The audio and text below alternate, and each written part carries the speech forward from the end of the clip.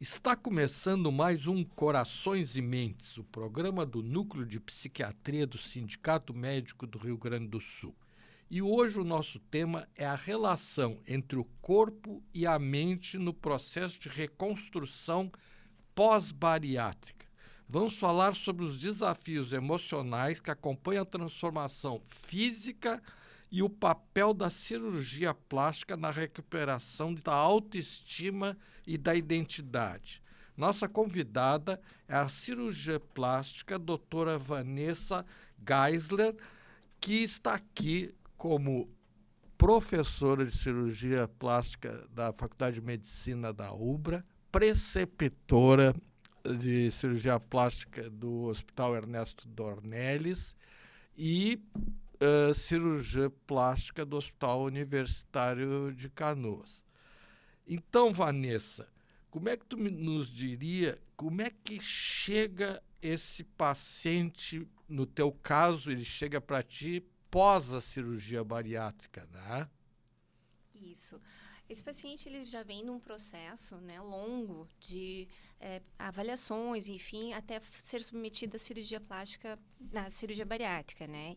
E logo após ele começa todo esse processo de emagrecimento, de acompanhamento multidisciplinar e chega na cirurgia plástica com bastante ansiedade para recuperar toda essa questão do corpo, né? Que acaba assim, o paciente pós-bariátrico, ele tem uma melhora na parte de saúde, principalmente, mas ele acaba tendo muitos problemas relacionados à autoimagem devido àquele excesso de pele que eles agregam com esse emagrecimento, né?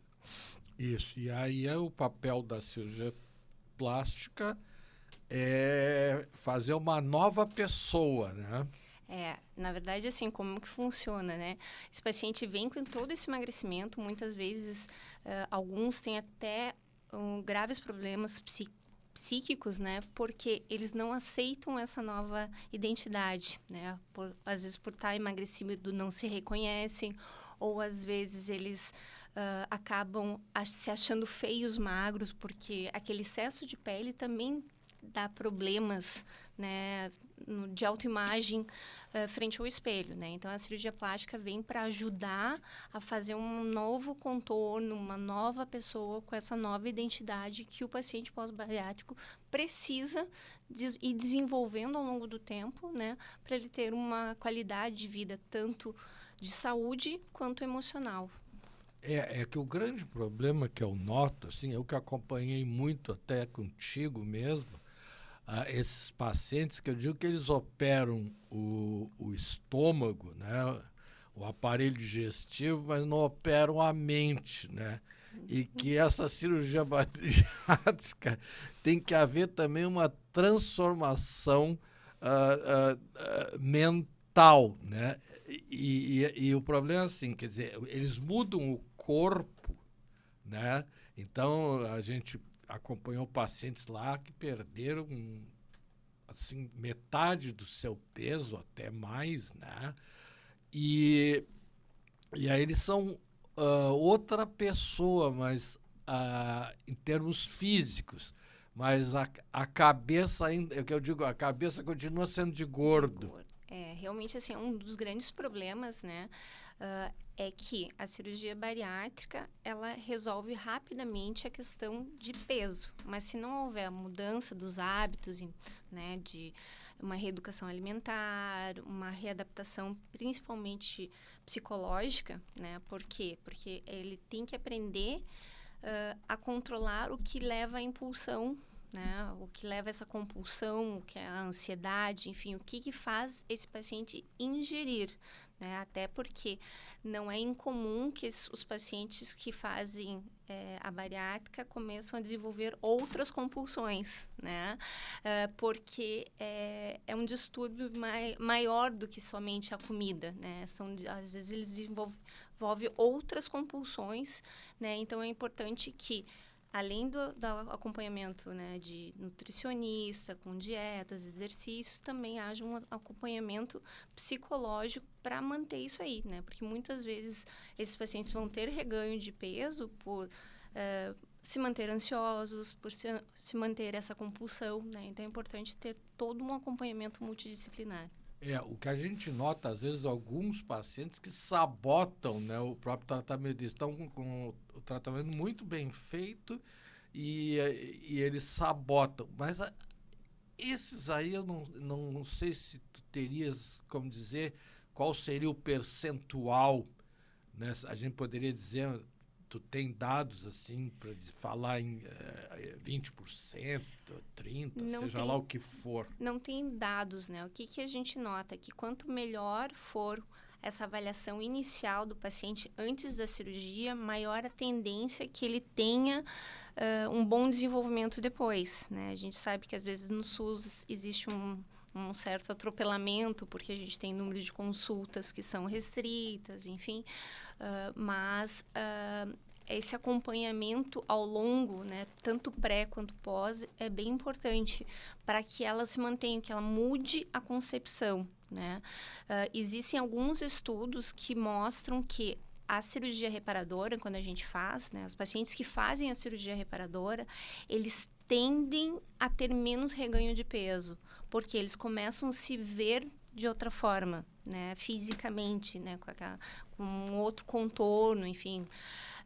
Então, eles acabam tendo menos reganho de peso, né, e acaba tendo uma melhora da autoestima, enfim, de uma forma geral, começando uma nova etapa. E muitas vezes elas conseguem sair daquele ciclo vicioso anterior.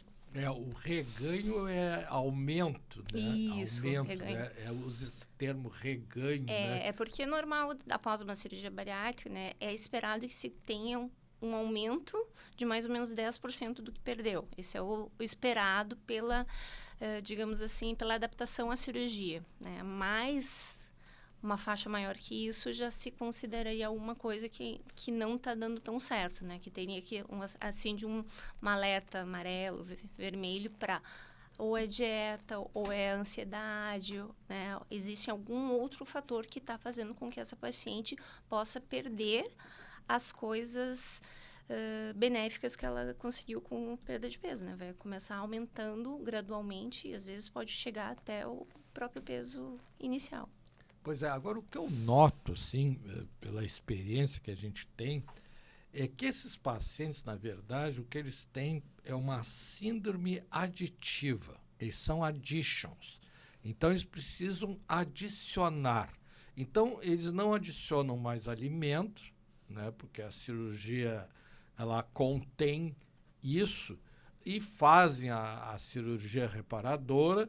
Então, há uma recuperação da autoestima em termos assim, da pessoa volta a ter os caracteres secundários da sexualidade, né? Já muda esse aspecto, né, da parte sexual, e muitas vezes eles criam novos sintomas de adição. Então, por exemplo, jogos, adição por jogos compulsivos, né, que agora também está em moda, jogos eletrônicos, mas por jogos, alguns por bebidas, drogas, compras e, às vezes, alguns até por sexo, né? É bem comum, né, Vanessa? Bem comum. Bastante comum. A gente, como eu acabo pegando esses pacientes com mais de 1 ano, 2 anos da cirurgia bariátrica, né, que é o tempo mais ou menos de estabilidade, vários têm essas compulsões mesmo, né, e então assim, é importante que seja avaliado, né, porque essas compulsões, elas vão se manter e elas podem prejudicar também a parte estética, né, por alcoolismo, né, até aumento da sexualidade, enfim, é importante a gente identificar isso, e esses pacientes que têm esse comportamento, o ideal é que não permaneça fazendo as reparadoras, porque elas podem ter também transtornos dismórficos, né, além de ter toda essa drogadição, elas ficam insatisfeitas, né, porque é tudo, né, tem os dois ápices, né? Fica muito feliz quando compra, né? E tem depois a depressão porque eu comprei. Daí começa, muitas vezes até colocar problemas, assim, defeitos na própria cirurgia, porque precisa ter algum culpado, né? E eles têm a dificuldade de assumir as responsabilidades, né? É mais fácil transferir essas responsabilidades para um terceiro, né? Seja um familiar, seja um médico, seja quem for, mas eu não faço, né, a minha parte, não tenho muitas vezes é difícil eles aceitarem que são eles os responsáveis por as consequências que eles estão tendo, né? Mas isso é uma coisa que que é um trabalho até transdisciplinar, né? Porque transita em várias áreas, né? Da psiquiatria, da cirurgia, e assim vai.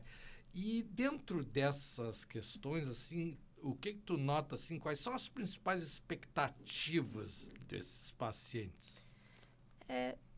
As expectativas são as mais variadas, né? A grande maioria quer se ver livre daquele excesso de peso, né? Que tem tanto uma questão que é funcional, né? Que aquele excesso de pele acaba gerando dermatites, atritos, enfim. Então, tem uma questão que é funcional, mas a grande maioria também quer essa melhora da estética, né? Porque ela fez uma cirurgia bariátrica, eu digo assim, elas pensam assim que de uma gordinha vai sair uma Gisele Bündchen, mas não é bem assim, né? A gente vai conseguir ajustar algumas coisas, mas algumas coisas vão permanecer, que é do biotipo da própria paciente, que tem limitações quanto à qualidade da pele, quanto às distribuições, né? Então, eles têm essa expectativa, às vezes, estética exacerbada, que não é o real, né? É importante, então, o cirurgião plástico tentar ser o mais realista possível, né? Eu acho que não dá para dizer assim, você vai ficar maravilhosa, fantástica, e na verdade não é, né? Cria uma expectativa irreal, né? Ela vai ter, mas ela vai ter grandes cicatrizes, né? A gente troca a flacidez por cicatrizes, né? Que é um pouco diferente de uma paciente, por exemplo, uma pós-gestação, né? Que não aceitaria tantas cicatrizes, né? Porque não tem tanta flacidez, né? Então, eu digo assim, sempre é uma troca, né? A gente pode negociar algumas coisas, né? Tem um excesso de flacidez, a gente vai trocar por uma cicatriz, mas nunca vai desaparecer. Pois é, mas essa parte de vocês, da cirurgia plástica, ela evoluiu muito, né? Eu me lembro que antigamente, por exemplo, as cirurgias de cesariana, por exemplo, vamos dizer assim, era um talho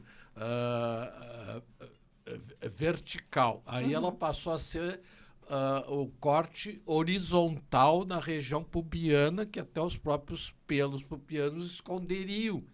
E as cicatrizes evoluíram muito. Quer dizer, hoje é muito raro tu ver algum paciente com queloide, por exemplo. Na verdade, esses pacientes, como eles têm muitos distúrbios nutricionais, não é tão incomum, né? Dos queloides, queloides, cicatrizes hipertróficas, mas é flacidez. Raro, assim, perto do que era antigamente. Evoluiu muito. Que acaba que a gente tem, assim, o desenvolvimento de várias coisas, né? Então, questão de técnica, questão de colocar uma cicatriz num local mais acessível, que dê uma escondida, né? Então, tem vários detalhes técnicos que nos auxiliam, né? Mas os problemas com cicatrização permanecem por aí. A gente tem tratamentos, tem laser, tem várias coisas, né? Mas esses pacientes também têm uma alteração nutricional, né? Desabsortiva, né? Então, vitamina B12, vitamina D, vitamina C, que são importantes para a cicatrização, muitas vezes são deficientes. Então, tem que fazer suplementação prévia, né? Então, são vários detalhezinhos que a gente tem que ficar ponderando e avaliando em todo Pois é, mas eu creio que tudo esse conjunto, apesar dos problemas, essa parte da cirurgia plástica e da cirurgia, ela evolui muito rápido. Ela é rápida. E a parte que não é tão rápida é a da mente. A cabeça não acompanha. O cérebro ele não consegue acompanhar essas mudanças. Porque, na verdade, é uma mudança radical da vida da pessoa. Às vezes a pessoa passou metade da sua vida com um corpo. De uma hora para outra, ela é outra pessoa, entendeu? E o cérebro não acompanha isso tão rapidamente. O espelho diz uma coisa. O cérebro não tem...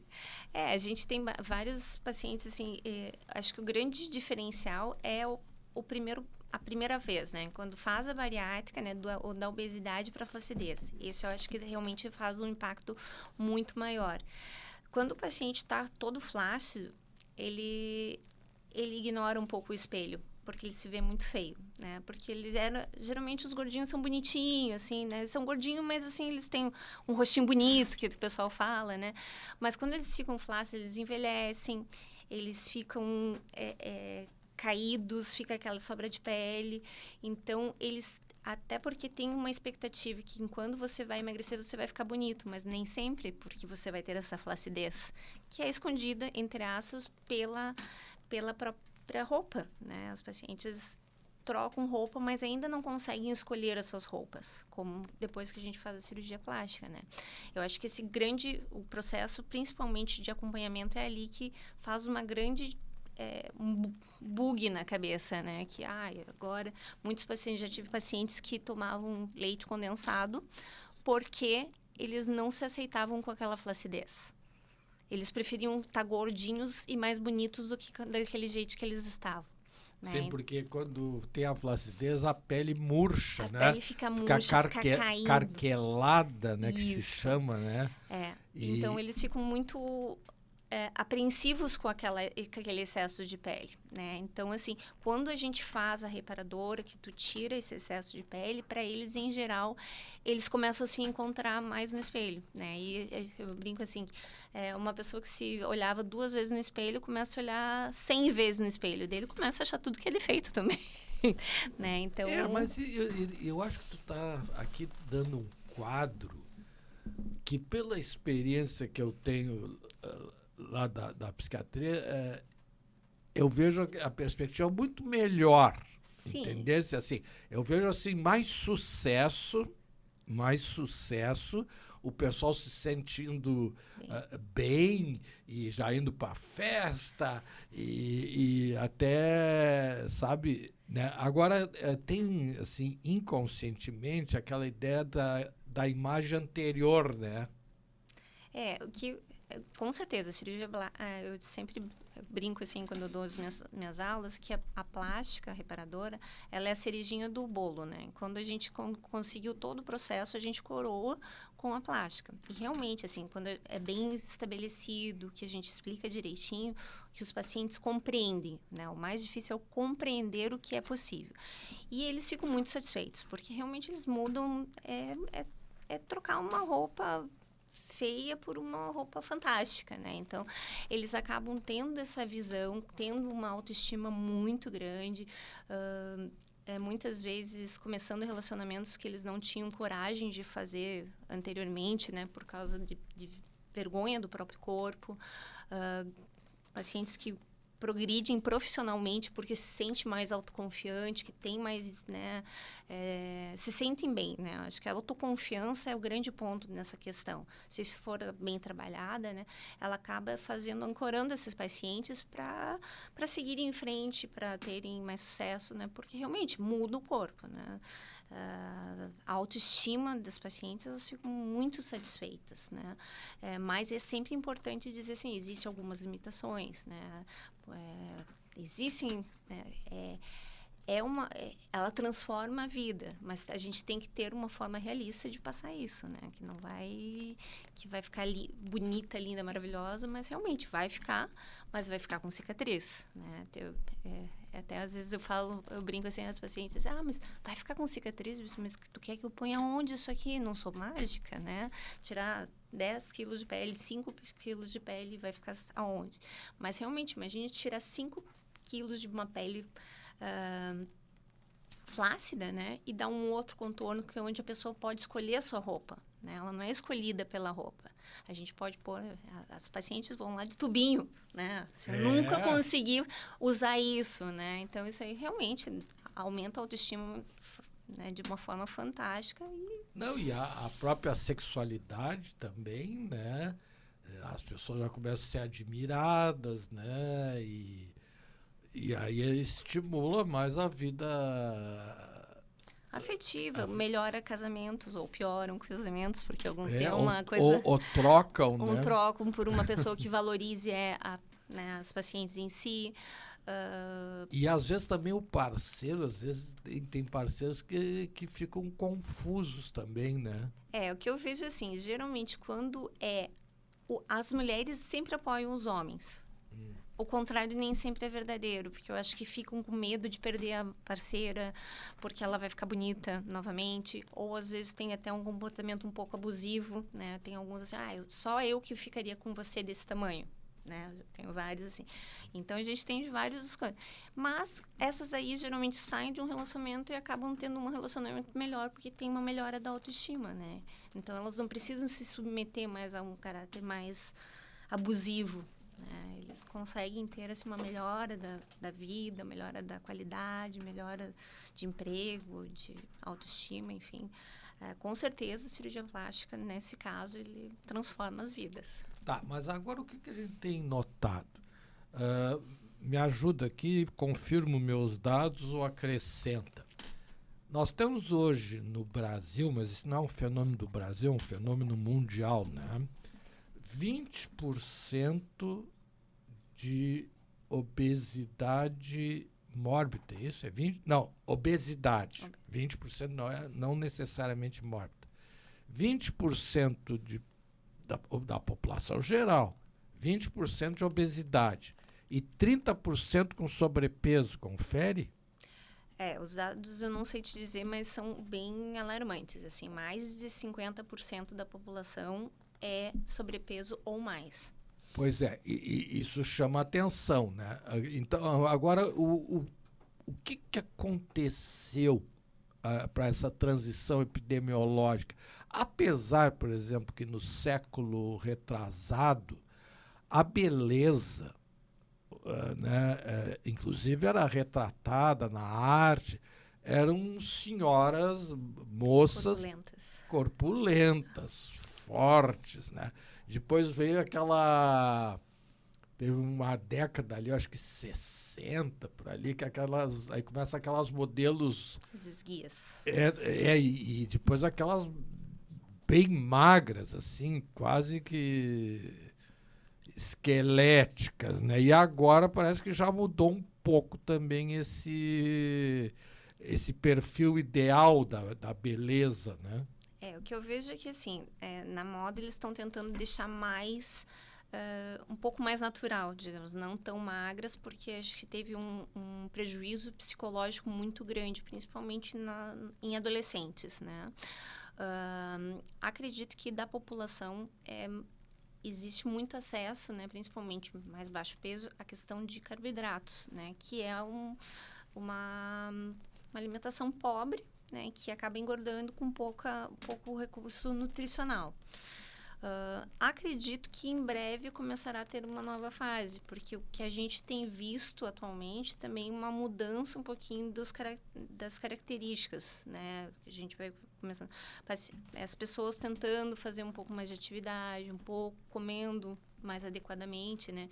Então, acho que daqui uns 10 anos, acho que não dá para mudar muito antes, mas é isso, né? Porque eu acho que a população também está se assustando com esse excesso, né? Muitas calorias, né? Tá muito fácil o acesso, né? Hoje em dia a gente tem hambúrgueres em toda a esquina, fast food, né? Para comida rápida. Acho que também essa questão de ter pouco tempo pra gente, né? Então, essa é uma coisa que acaba comendo rápido, come mal, come do jeito que dá e...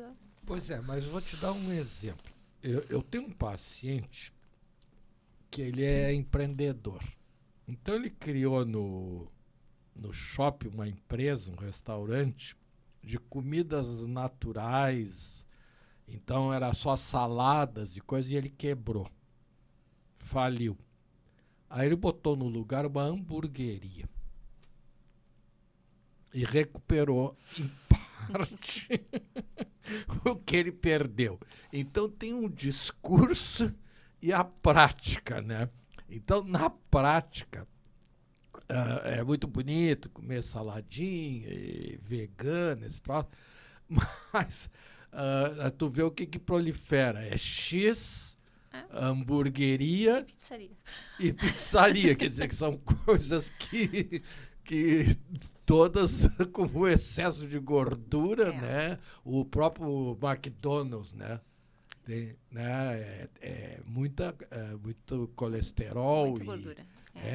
Tem até um documentário, não sei se tu já viu, que o cara passou 30 dias comendo só McDonald's, e aí mediram o colesterol dele no início e 30 dias depois, triglicerídeos, né? Então, existe essa coisa do ideal, mas tem também... que aí eu acho que entra essa questão psicológica, né? Por exemplo, a questão do chocolate, né? O chocolate, o doce, né? É que, na verdade, chocolate pouco se come, né? É mais leite e açúcar, né? Sim. Uma pitada de chocolate, um pouquinho. Né? Então, quer dizer, há um estímulo a essas comidas, alimentos, né? Que se a gente pensar comida gostosa, comida gordurosa, né? Então, que dá sabor, né? É o que tem sabor, né? Então, eu acho que também tem toda essa questão também, questão de ansiedade, né? Desconto num chocolate. Eu posso porque eu trabalhei o dia inteiro, né? Então, existe muitas desculpas que fazem a gente engordar, né? Enfim, mas... eu vejo de uma forma geral que alguns núcleos, né, principalmente, já está começando a se dar conta que, enfim, pode-se ter o churrasco, a pizza, o hambúrguer, mas não todos os dias, né? Então, assim, tentando melhorar um pouquinho a questão da parte alimentar e de saúde também. Eu acho que a geração que está vindo, elas estão um pouquinho mais preocupadas com isso. Por isso que eu digo que talvez haja uma mudança daqui 15, 20 anos. Né? A gente está naquela mudança. Mas esses dados que eu te falei, né, da obesidade e do sobrepeso, esse aumento se deu... de quanto tempo para cá não se tinha eles relacionam mais essa questão da obesidade relacionado a ter mais acesso a comidas industrializadas, né? Comidas que é mais carboidrato e fritura, de mais fácil acesso, né? Que antigamente as pessoas almoçavam em casa, elas almoçavam comida, né? Hoje em dia passa-se mais na parte de questão de rua, né? Comer comidas rápidas fora, né? e mais práticas, né? Então, acaba-se vendo esse aumento dessa questão. E realmente, a pessoa não para comer uma salada, ela pega e come um hambúrguer. É mais fácil, é mais rápido, né? Mas também, antigamente, né, as pessoas comiam banha, né? Agora está voltando a questão do uso da banha, né? As coisas elas vão mudando, mas o que chama atenção é que a gente está vendo assim, crianças obesas, né? Já crianças obesas. Que são filhos de pais obesos. Exatamente. É bem isso, são famílias obesas, né? É toda a família. Às vezes a gente pega assim, as crianças obesas, né? Mas a criança, ela não tem acesso à comida por si só. Ela vai ter o que tem dentro de casa, né? Então, assim, existe um componente permissivo dos pais também, né? É difícil você controlar que a criança quer uma comida melhor, né? Uma comida... Sim, mas existe mais essa questão dessa permissão dos pais. Então, existe toda a necessidade de uma educação continuada, de alteração, né? De ver toda essa questão de educar a família, educar as pessoas em diante. Por isso que eu acho que, assim, a geração que está vindo agora, eu noto, assim, pelo menos as pessoas que eu vejo, assim, eu vejo muito mais jovem hoje carregando uma marmita do que a gente via 10 anos atrás, né? Que era eu. Nunca levei uma marmita para a faculdade, por exemplo, né? Mas na faculdade eu vejo vários com as marmitinhas. Então, assim... Ao invés de pegar aquelas coisas... Pegar a comida que tem ali... Tem muito sal. Exato. Então, assim, aos pouquinhos, claro, não é uma transformação que vai ser... Eu acho que aos pouquinhos eles vão vendo por quê. Porque existe uma conscientização que está cada vez maior o número de obesos e sobrepeso, enfim. Então, uma população que, principalmente, que é mais esclarecida, tende a controlar melhor. Então, assim, eu tenho notado um pouquinho mais de cuidado com sua alimentação, fazer exercício, né, que tinha antigamente. Antigamente, né, como a gente pega vários jovens adultos, né, então, há 5 anos atrás, eu não vejo o comportamento que eu estou vendo hoje. Eu acho que pode melhorar. Por falar nisso em jovens adultos, pelo que tu tem notado, a média de idade dos pacientes que se submetem à cirurgia bariátrica fica em torno de que idade, que faixa etária, assim? A maioria já tem acima de em torno dos 30 anos, assim, é um jovem, é um adulto jovem, né? Então, assim, que já tentou vários tipos, existem extremos de idade, né, de mais adolescentes, mas daí também a gente tem esse problema da família, daí tem um problema de conscientizar a família que o adolescente também vai fazer e manter hábitos saudáveis, né, porque não adianta ser tem que ser todos, né? Exatamente, Um conjunto. porque às vezes existe aquela coisa de boicotar, solapar a dieta, né? Isso. Porque o ideal era que resolvesse com dieta, né? Exato. Agora, o que a gente vê? Uma alta incidência de cirurgias bariátricas, né? Antigamente nós não tínhamos esse tipo de procedimento, é um procedimento até mais, diríamos, mais recente, poderíamos dizer? A bariátrica ela já tem há bastante tempo, né? Eu acho que ela se popularizou mais agora a partir de 2000, né? Então, e agora ela está muito mais, como tem técnicas menos desabsortivas, né? Que é o sleeve, por exemplo, ela está um pouco mais... Você podia dar uma explicação do que é o sleeve? O sleeve, na verdade, são 2 técnicas principais, né? Uma que é bem desabsortiva, que é o Y de Hooke. Você faz, além de diminuir o estômago, tu faz toda uma desabsorção